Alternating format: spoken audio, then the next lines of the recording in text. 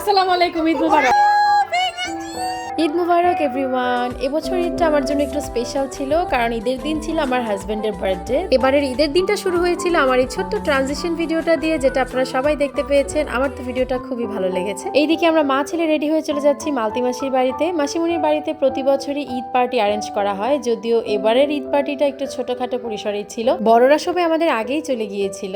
Wow, gorgeous lady. Eid মুবারক, ঈদ মুবারক বান্ধবী। এইদিকে আমার ছোট যাওয়া চলে এসেছে নারায়ণগঞ্জ থেকে। আমি আসলে আমার ছোট যাকে বান্ধবী বলেই ডাকি, কারণ সবার ধারণা আমাদের দুজনের নাকি ভাব বেশি, তো সেই জন্য আমরাও ইচ্ছে করি দুজনকে বান্ধবী বলেই ডাকি। তো যাই হোক, এরপর আমি চলে যাচ্ছি বেইলি রোডে আমার একটা প্রিয় আপুর সাথে দেখা করতে।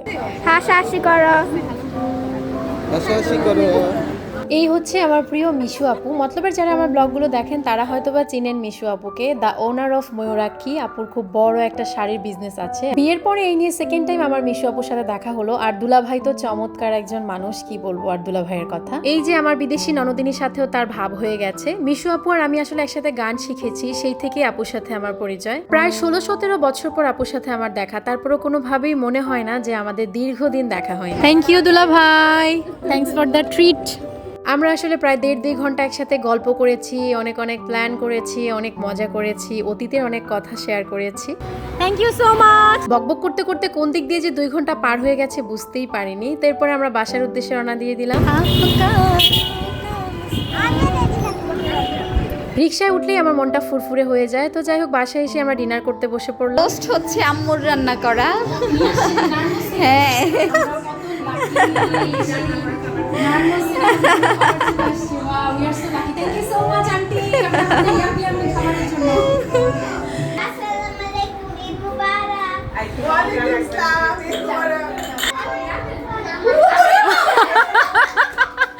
মেট্রি খালা, আসসালামু আলাইকুম, ঈদ মুবারক।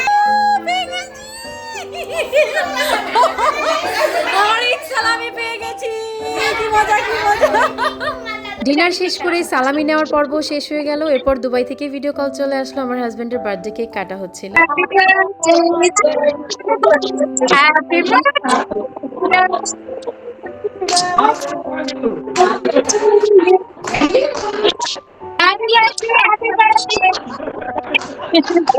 Hello, birthday. How are you? Happy birthday, everyone. Amit, Eid Mubarak. Video on করছি কিন্তু আমি। এরপরে এক প্রকার জুলুম করে আমি আমার মামার থেকে সালামি আদায় করলাম। আমি বলছি ঈদ মুবারক, আসসালামু আলাইকুম বলছি।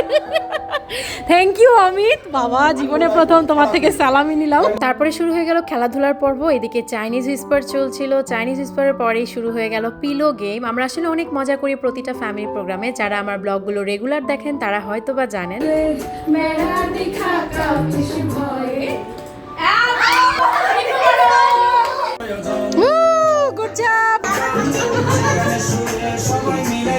ডিজে করা ডান্স দিচ্ছে আমাদের ডিজে।